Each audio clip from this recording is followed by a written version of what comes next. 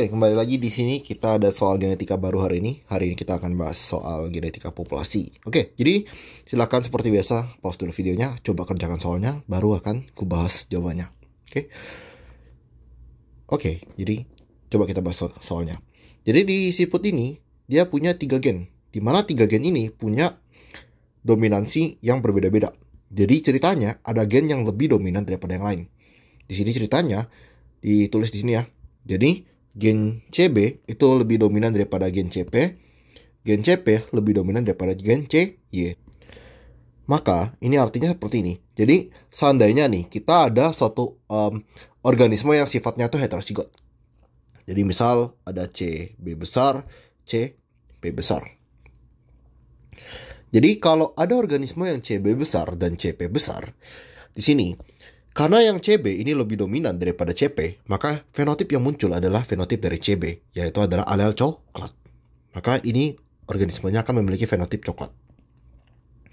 Sama ya, kalau misalnya kita ada CP, CY, maka yang muncul adalah sifat dari CP. Kenapa? Karena CP ini lebih dominan daripada CY. Maka yang muncul adalah alel merah fenotip yang muncul adalah fenotip merah muda. Kayak gitu. Oke. Jadi kita udah tahu. Maka ya kalau misalnya CY sama CY kayak gini, karena CY ini yang paling resesif, berarti dia baru bisa muncul, yaitu alel kuning.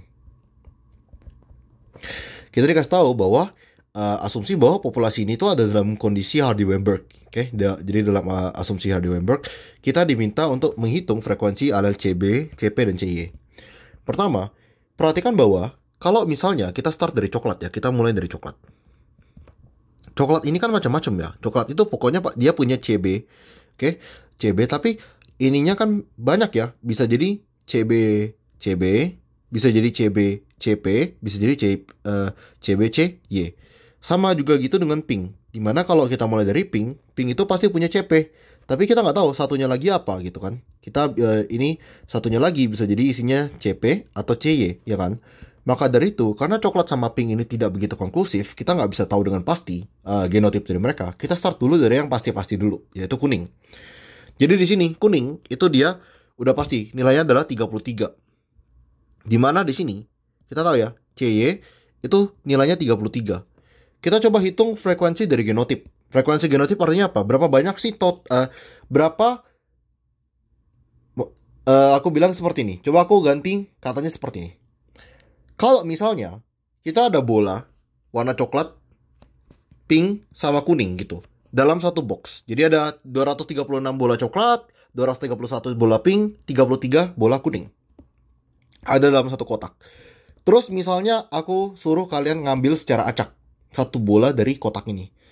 Sadar gak nyadar, ini dari video-video kemarin juga aku pakai analogi yang sama. Karena di genetika kita banyak banget pakai teori peluang. Jadi kalau misalnya aku tanya, kalau kalian ngambil bola secara acak dari kotak itu, berapa peluang kalian mendapatkan bola yang kuning?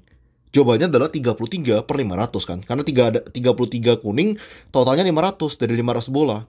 Nah, begitu pula dengan namanya frekuensi genotip. Frekuensi genotip kalian boleh mikir seperti itu. Atau kalian juga boleh mikir itu sebagai persentase genotip tersebut di populasi. Jadi kita tahu ya, CY besar itu sama dengan frekuensi genotipnya 33 per 500. Seperti ini. Kemudian, kalian ingat gak hukum Hardy-Weinberg? Karena kita udah dikasih tahu bahwa populasi ini dia ada dalam kesetimbangan Hardy-Weinberg, berarti kita boleh pakai asumsi Hardy-Weinberg, yaitu P plus Q sama dengan 1. Dimana ini menunjukkan rumus dari frekuensi apa? Frekuensi alel. Ya kan, frekuensi alel. Dimana P ini menunjukkan alel dominan, sedangkan Q ini alel resesif gitu. Kemudian, seandainya kita pangkatin 2 di kedua sisi sini, boleh dong ya. Karena kan aku pangkatin 2 di sisi kanan dan kiri. Ingat sifat matematika A plus B kuadrat itu adalah A kuadrat ditambah 2AB ditambah B kuadrat, ya kan? Maka dari itu, kalau aku kuadratin, P plus Q ini aku kuadratin, aku bakal dapat P kuadrat tambah 2PQ ditambah Q kuadrat sama dengan 1. Karena 1 kuadrat ya 1. Ini mewakilkan rumus dari frekuensi genotip. Ya kan? Nah, coba kita perhatiin di sini. Ini dia ada 2 gen, yaitu gen dominan sama resesif. Ini sedangkan kalau di sini kita dapat frekuensi genotip. Apa itu? Ini adalah homozigot dominan. Jadi P ini adalah homozigot dominan. Misalnya aku ada alel A besar sama A kecil, berarti P kuadrat adalah A besar, 2PQ adalah heterozigot. Oke. Jadi ini adalah heterozigot. Kemudian ini adalah homozigot resesif. Mungkin kamu tanya sekarang, oke, ini kan 2 gen, gimana kalau 3 gen? Gampang, kita tambahin aja variabel baru. Jadi kita P plus Q plus R sama dengan 1. Boleh. Jadi ini ada, misal kita simbolkan ya, P itu adalah C yang besar aja CB, terus ini ada CP, ini ada CY. Oke, kayak gitu, boleh. Tapi kita pakai PQR aja dulu. Terus kita kuadratin. Maka kita akan dapat P kuadrat ditambah 2PQ ditambah 2PR tambah 2QR. Udah semua belum ya? Kan 2PQ, 2PR, terus habis itu ada QR. Oke. Terus berarti kita juga ada Q kuadrat ditambah R kuadrat sama dengan 1. Rumusnya kelihatan ribet, kelihatan sulit, tapi sebenarnya kalau kalian dipikir-pikir, sebenarnya ini simple. Ini adalah homozigot terhadap apa? CB, ya kan? Jadi homozigot CB. Mungkin aku langsung tulis genotipnya biar gampang. Jadi ini adalah CB besar, ini CB besar. Kita simbolkan Q itu CP ya. Jadi ini CB, CP, CY gitu. Berarti CB besar sama CP. Ini adalah CB besar, CY. Ini adalah CB besar. Berarti CP sama CY. Terus ini adalah CP. Ini adalah CY. Ya nggak sih? Ya. Sebenarnya sederhana ya gini. Oke, tapi aku nggak mau kayak apa sih fungsi rumus ini? Kenapa aku memperkenalkan rumus ini? Jadi di sini, karena kita udah tahu kalau ini adalah rumus frekuensi genotip. Kita lihat ya, frekuensi genotip itu sama dengan R kuadrat ya kan? R kuadrat itu frekuensi genotip. Frekuensi genotip tadi kita dapat berapa? Ini frekuensi genotipnya kan 33/500. Itu adalah nilai dari R kuadrat, frekuensi genotip. Sekarang kalau aku tanya, frekuensi alelnya berapa? Oke, lihat ya, frekuensi genotip itu kan di kuadrat. Kalau mau frekuensi alel gimana? Frekuensi alel tuh nggak pakai kuadrat, berarti R sama dengan akar dari 33/500. Oke, karena kan kita mau hilangin ya, ini mau kita hilangin akarnya biar dia jadi frekuensi alel. Ya kita akar juga di sini, biar adil ya, biar adil kita akar di dua-duanya.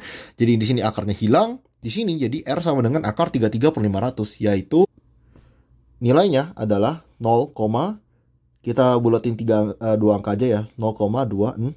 Oke. Jadi kita udah dapat nilai R adalah 0,26. Kita udah tahu ya, frekuensi alel dari si CY itu adalah 0,26. Oke, kita udah solve satu. Kita udah solve yang pertama kali. Nah, next kita bakal solve lagi antara CB sama CP. Oke, kita mau solve CB atau CP. Kita coba dulu dari CP yang lebih mudah. Kayak di sini kita jauh lebih gampang mengerjakan tuh dari yang paling resesif, kemudian kita naik ke dominan. Karena kalau kita misal langsung ke yang paling dominan, kalau langsung paling dominan tuh kan terlalu banyak asumsi, terlalu banyak yang kita tidak ketahui. Jadi kita pelan-pelan, kita naik dulu. Sekarang berapa banyak individu yang pink? Individu yang pink itu dia adalah 231. Jadi kita harus dulu nih. Individu pink itu adalah 231. Kalau aku tanya, berapa sih frekuensi individu pink? Berarti frekuensinya adalah 231 dibagi total populasi, 500 kayak gitu. Ini pink ya. Sekarang kita udah tahu kalau pink itu 231 bagi 500. Coba kita definisikan apa saja sih individu yang apa sih genotip dari individu yang warnanya pink? Warna pink itu ada 2 ya. Itu antara CP atau CP Y, ya kan? Bisa 2 itu. Maka kita tulis di sini. CP ini berarti kan apa? Ini berarti Q kuadrat. Ditambah CPCY apa? Coba kita lihat lagi di sini. Mana CPCY? 2QR. Ditambah 2QR sama dengan 231/500. Oke. Di sini sebenarnya kalian misalnya mau langsung substitusi, jadi kalian mau masukin nilai Q kuadrat sama dengan 2 dikali dengan 0,26. Jadi Misal kalian mau hitung kayak gini, Q kuadrat plus 2, R-nya kalian masukin ya, R-nya kalian masukin 0,26 Q sama dengan 231 per 500. Terus kalian misal jadiin persamaan kuadrat ya, jadi kayak Q kuadrat plus 0,52 Q di minus 231 per 500 sama dengan 0. Kalian bisa jadiin persamaan kuadrat kayak gini, terus kalian tinggal solve ya pakai rumus persamaan kuadrat yang aku juga sendiri tidak hafal. Tapi karena ini sulit dan aku nggak suka yang sulit, jadi kita tidak pakai cara ini. Aku mau ajarin cara yang gampang. Aku nggak suka cara yang sulit, oke? Cara gampang adalah gini. Coba kita pikir gimana caranya ini jadi gampang. Lihat ya, ini kita ada sifat ya, A plus B kuadrat itu adalah A kuadrat ditambah 2AB ditambah B kuadrat, ya kan? Berarti apa komponen, kita lihat ya, ini ada komponen ini, ada komponen ini, mana komponen ini? Seandainya kita ada komponen ini, kita bisa jadiin bentuk jadi A plus B kuadrat. Ternyata kita bisa bikin kayak gitu. Caranya gimana? Apa tadi nilai, ini kan ada Q kuadrat, 2QR. Berarti kita bisa tambahin apa? Kita bisa tambahin siapa? Kita bisa tambahin R kuadrat. Kalau kita tambahin nilai R kuadrat di sini, R kuadrat tadi apa? R kuadrat ini adalah frekuensi genotip. Dari siapa? Dari C, Y. Apa tadi frekuensi genotip dari CY? Kita lihat ya. Ini ya. Frekuensi genotip dari CY. Maka, karena kita udah tahu, ya kita tambahin juga di sini biar adil.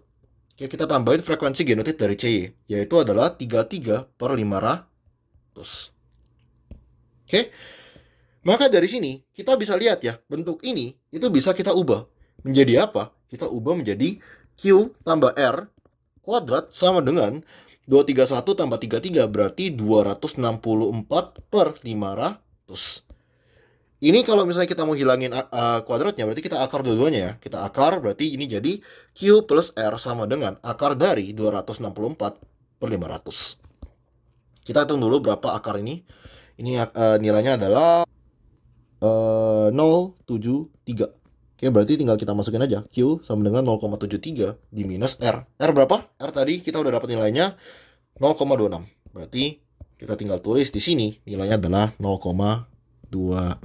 Q sama dengan 0,73 dikurangi 0,26.